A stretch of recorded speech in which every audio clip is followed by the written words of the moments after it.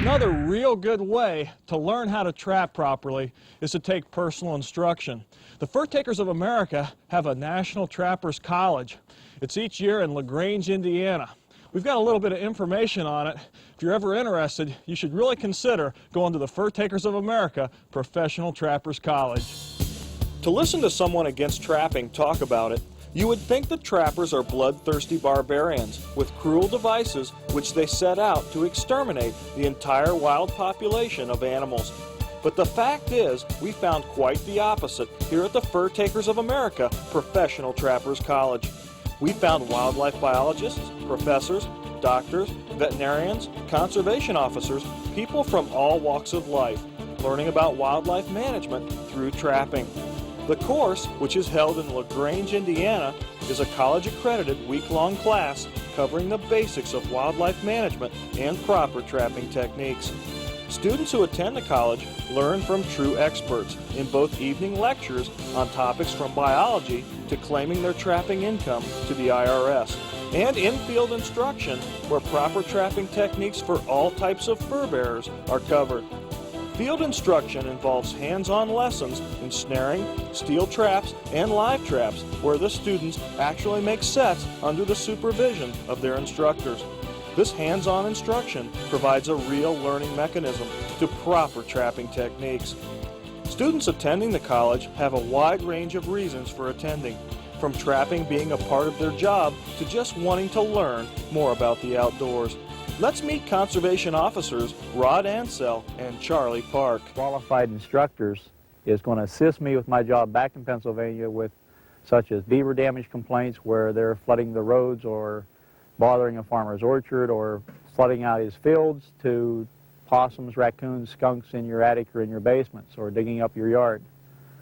The 5 days of training that I've spent here at LaGrange is going to help me assist and service the people back in my district in Pennsylvania. The disease, there's been a big jump in that. We have a lot of distemper and the coon and the gray fox. There's a lot of mange, especially in the fox and the coyotes. It's really been a big problem.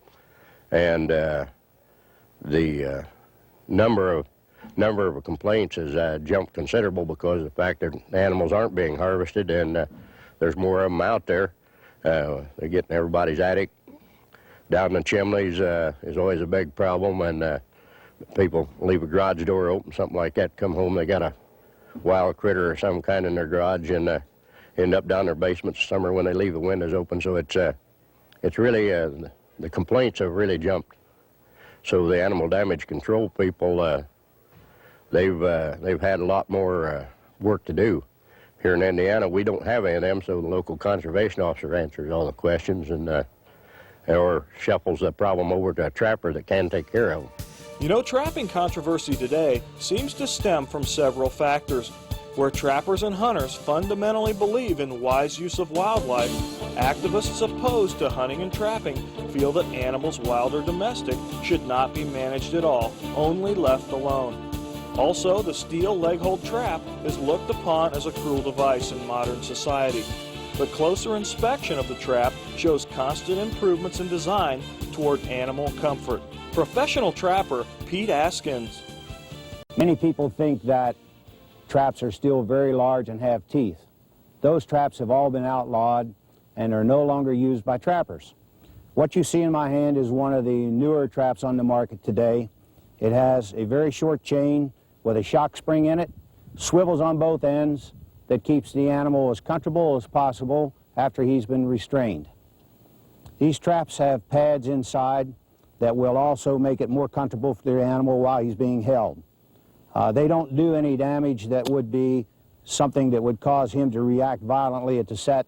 It makes it so that he can remain calm and be held until the trapper comes back. Since most states now have 24-hour trap checks, the longest that he would be in the trap would be 24 hours.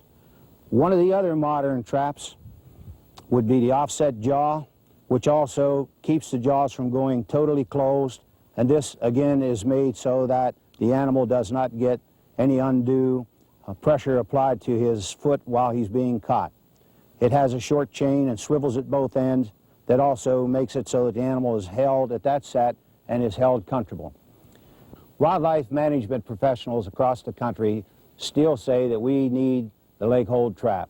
And as a professional trapper, I have to agree that we do not have anything that can be used to hold or restrain animals such as a fox and coyote. Until such an alternative device is developed, we still must have the leg hold trap.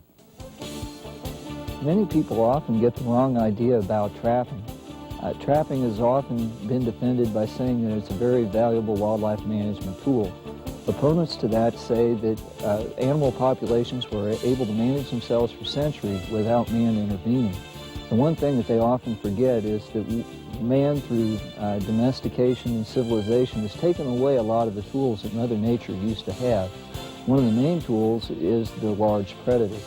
By removing the large predator from the environment, Mother Nature now is not able to control some of the populations as well as she used to be able to. And so what man does through trapping is fulfill the role of a large predator.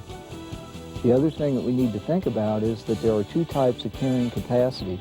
A given piece of land will only support a given number of animals, and that is biological carrying capacity.